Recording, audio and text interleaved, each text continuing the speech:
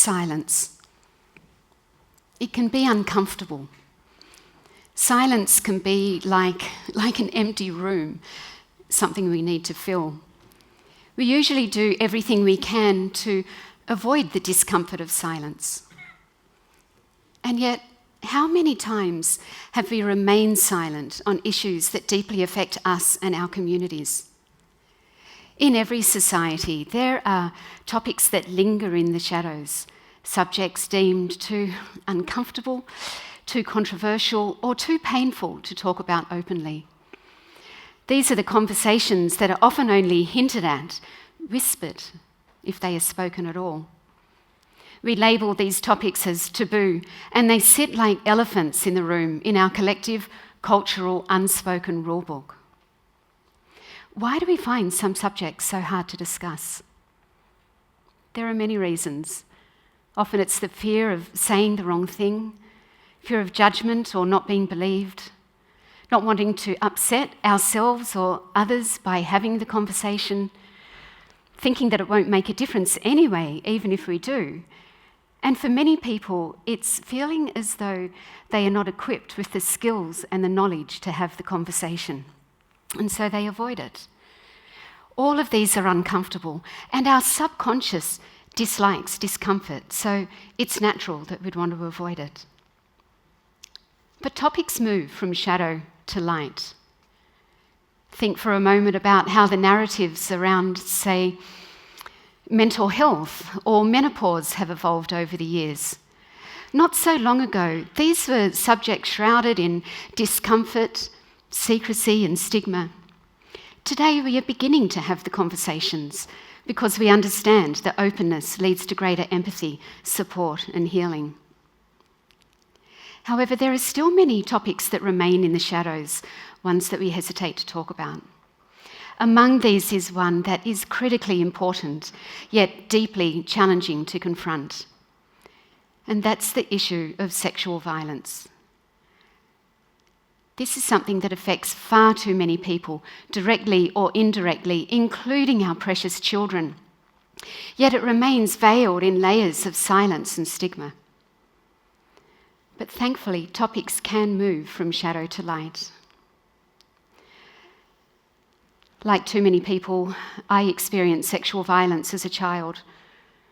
It was an ordeal I didn't even know existed, let alone anything I could ever imagine happening to me or others. But it did happen to me, and because of these awful experiences, it's so important to me that I help prevent that from happening to others, and I want to help alleviate the suffering of those who've also experienced it. While ever it remains a taboo topic, victims and survivors suffer, and people can find it easier to commit these horrendous crimes without consequence. I'll share some of my story, but at no point through this will I suggest that what I did should be what others do, or that you'll get an outcome that looks like mine, or that anyone should feel what I feel. We're all different. I share it in the spirit of openness and to shine a light on what's often kept in the dark, knowing that I am just one of the 2.8 million people in Australia who've experienced sexual violence. My story began over 40 years ago. When I was 11 years old, I was on a music trip with a brass band that I played in, travelling from the Blue Mountains where I lived to regional New South Wales. And I stayed with a host family. I didn't know anyone in this family. As you can imagine, this was such an exciting time for me, travelling with friends from my band and looking forward to meeting and performing with new people. I was so happy to be on that trip. It was someone from the host family who first sexually assaulted me. In one terrifying night, my innocence was stolen from me. And despite being threatened not to talk about it, I told my parents after it happened. But perhaps because of the stigma associated with it and the fact it was the early 1980s, nothing was done about it. We kept it quiet and didn't ever discuss it again. Had we reported to police, we would have discovered that this person, who went on to be convicted and jailed for child sexual abuse offences, was already abusing others. And we may have been able to prevent the needless suffering of many other children. And then it happened again. Just a few years after that, I was raped by a different person in a completely different setting. But I had learned my response. I knew that I mustn't talk about it. I should be quiet, not tell anyone, and act like it didn't happen. And so, in silence, I privately attempted to patch myself together, be stoic, normal, and just try to get on with my life. And there are more awful details about this rape that I considered sharing, but chose not to delve into in this talk. And that's not because of a reluctance to speak the truth, but rather a consideration for this setting and my care for the well-being of all of us here. But as I dug deep within myself, grappling with what to say, I realised a reason I wanted to share more was because I feared, without giving specifics, you may not believe me.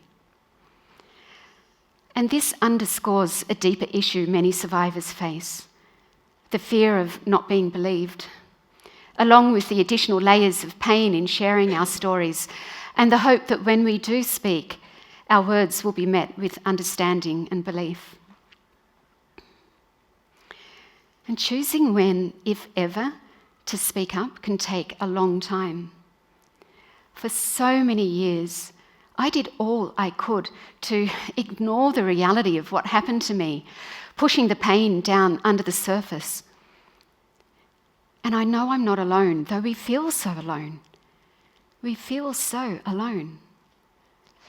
Research in Australia shows that victims and survivors of child sexual abuse take on average 24 years to disclose the abuse they experienced. 24 years. As for me, nearly 40 years after being raped, I reported the crimes to the police.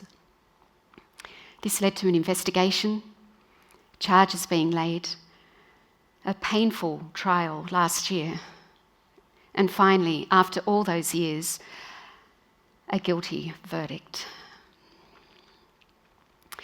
I often ask myself, why is the burden of breaking the societal silence and stigma largely placed on the victims and survivors? Haven't we been through enough? I'm aware it's often easier to discuss other types of crime. If I had been attacked in any way other than a sexual way, perhaps it wouldn't be so difficult to talk about. Instead, for decades, I've carried the silent burden of deeply embedded terror and trauma, as though those horrendous moments were frozen in time. And the memories still haunt me. I have very dark, terror-filled nightmares that leave what feels like... It's like a poison that just lingers in my body for days afterwards. And this burden, as so many people know, is incredibly heavy because there is more shame and stigma attached to sexual violence than any other crime we might experience. The topic is so profoundly painful, both personally and within our communities. So together, please, let's all shine a light on this dark topic, not only to prevent these atrocities from happening, but also to make it easier for victims and survivors to speak up and receive the support that they deserve. I'm sure you would all agree this is important. Yet as a society, we often fall short. We understand the steps required, such as education, investment, and decisive leadership. We recognise the importance of calling out at-risk behaviours and listening to, as well as believing, those who courageously share their experiences of abuse. We know we must raise the topic with our children so that we can educate them and they can feel comfortable talking about it with us. However, knowing what to do and actually doing it are two very different things. from my own experience and from recent national research that has examined this, to bridge that gap between knowing and doing, we must confront and understand our personal reactions to this topic. Discussing sexual violence, even in general terms, can generate discomfort, a discomfort that often operates subconsciously. Maybe you're feeling some discomfort right now. And it's natural for us to want to avoid discomfort and pain. And it's easier to remain silent and not rock the boat because we want to belong and be liked. We're hardwired, in fact, to stay away from exposure or judgment. But if we yield to this instinct without questioning it, we inadvertently perpetuate the silence and stigma. So the first step to address this is self-awareness. Without this awareness, our subconscious discomfort may lead us down the path of denial and avoidance. The second step is to choose courage over comfort.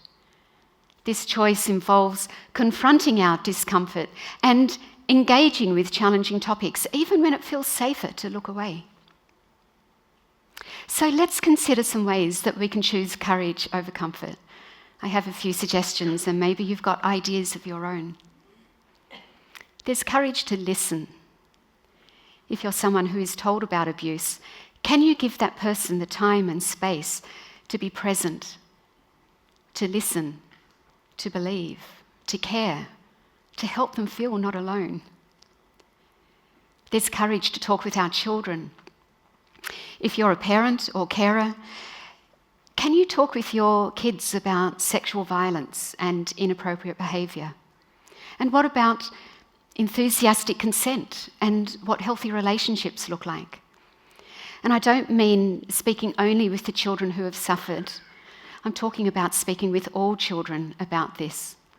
And the good news is there are all sorts of age-appropriate resources available now to help with explaining this to kids. There's courage to talk with other adults. Perhaps you could start a conversation about this with others close to you. And that way you're paving the way and making it easier for others to speak up. And if unsure how to, perhaps you could let them know that you watched this TEDx talk and you found it thought-provoking. This could open the dialogue in a gentle way, helping to normalise the conversation about sexual violence. There's also leadership courage. If you are here as a politician, a lawmaker, a business leader, or a person of influence, whatever that might look like, what can you do to help end the silence? Or what about to increase education and investment, or to improve policies? This could include the necessary justice reforms to better care for and support the victims and survivors, speaking from experience. And if you only hear one thing I say today, I hope it would be this. We don't have to be experts in any of this. We just have to be willing to step into the discomfort and show we care. And small steps truly are fine. Perfection is not required. At this point, I want to pause and acknowledge any victims and survivors here. I'm now speaking directly to those with this lived experience. It's been so hard, I know. Perhaps the most important thing we can do is to speak to ourselves with care and kindness. And if or when we're ready, we might be able to reach out to someone or take the next step. We're part of a community with wisdom, compassion, and support.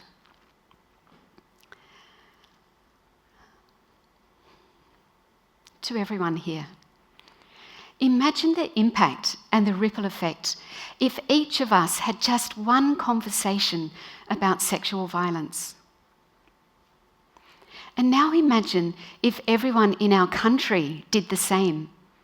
With over 20 million conversations, this will move the topic out of the shadows and into the light. And what's in the light can no longer be hidden. This could have an enormous impact on the prevention of sexual violence, which is what we all want. So every conversation we start and every action we take, no matter how small that is, contributes to a broader cultural shift. By doing this together, we could change everything. By strengthening our self-awareness, choosing courage over comfort, and ending the silence, we are building a future for our communities where everyone is safe, supported, and empowered to speak up.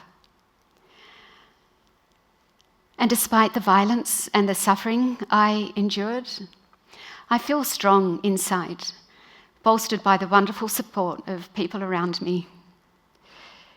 Yes, I still suffer nightmares and often feel unsafe in the world. But I will continue to speak up so that victims and survivors of sexual violence know that they're not alone and that there are, in fact, just so many of us who care. I speak up so that I, my children, and all of us can live in a safer, kinder world. Thank you for taking the next small step with me today. Thank you. Thank you.